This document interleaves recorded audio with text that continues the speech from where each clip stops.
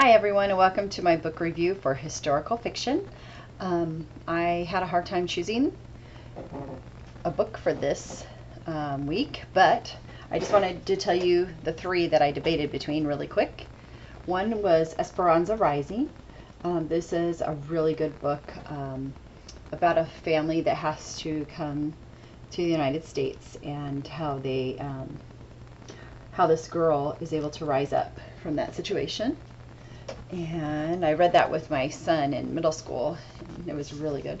And then Alex and Eliza, this is on my to be read list, and I just haven't read it yet.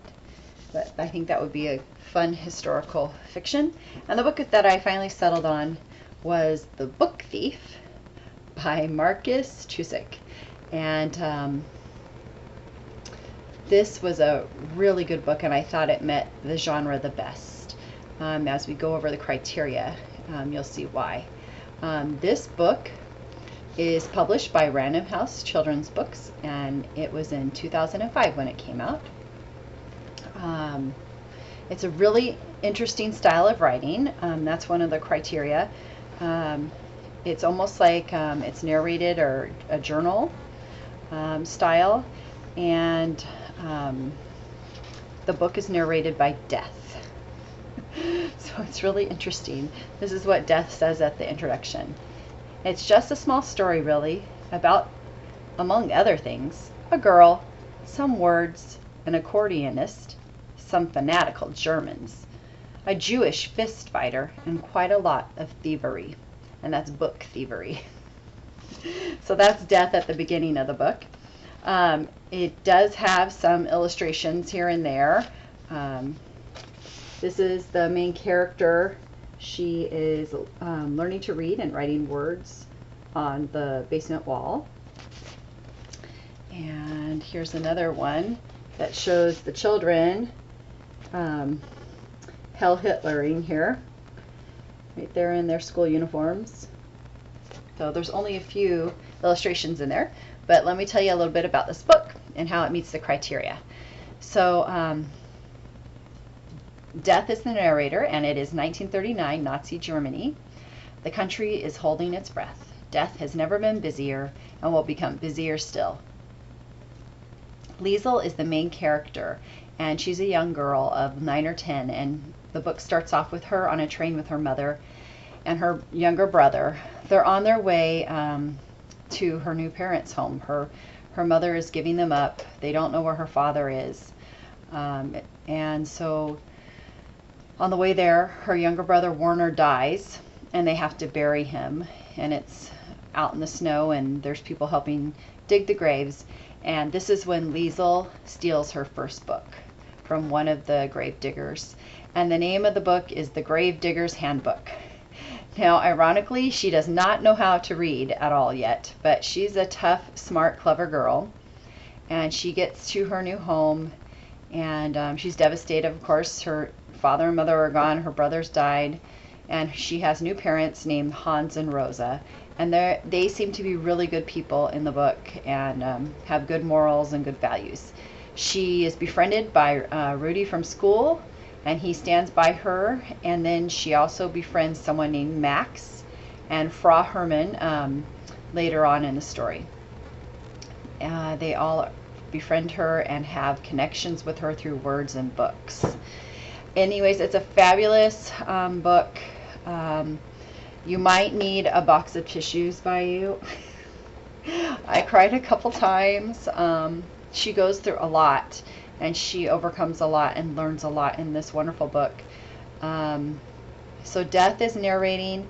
The author said that he had to rewrite Death because the first time he wrote Death, it was too dark. And so it's lighter than you think, and it really flows well together. Really quick to cover the criteria. It meets all the elements of historical fiction. It reflects the period and the war, World War II, that's going on at the time, and how the Jews were being persecuted. And some people were even being forced to fight that didn't really want to. And this is why the author wrote this book, because he said Marcus said that his family had experienced this, and he had sat around the table listening to stories about this from his parents. So he wanted to write the side of the story of those people who didn't agree with the war, but were living there and kind of forced to comply. There's authentic values, lots of good moral values in this story, except for maybe the book thieving. Though Liesel sometimes says she's borrowing the books.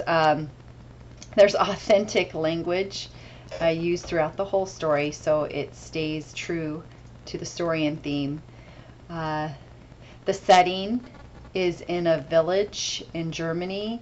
The name of the street means heaven in English. I'm not going to try and pronounce the German street name.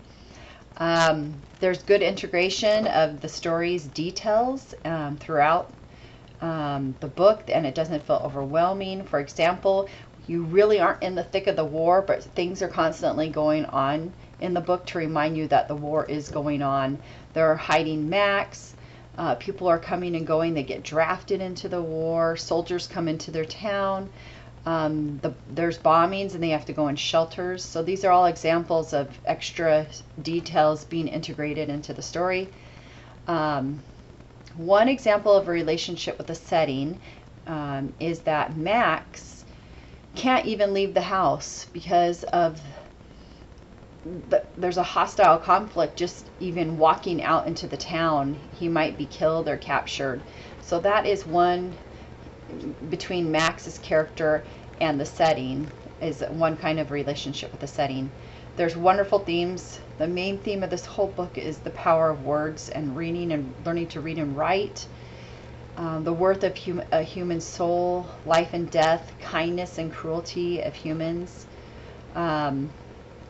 The style, like I said, is very different and very interesting. At first, it took me a long time to start this book. I've had this book for actually a couple years and never read it. And I chose it for this week, and I'm so glad I did. It was easy to get into once I started it. And I really like this book, and it has so many good things to offer. I highly recommend it to try and give it a try.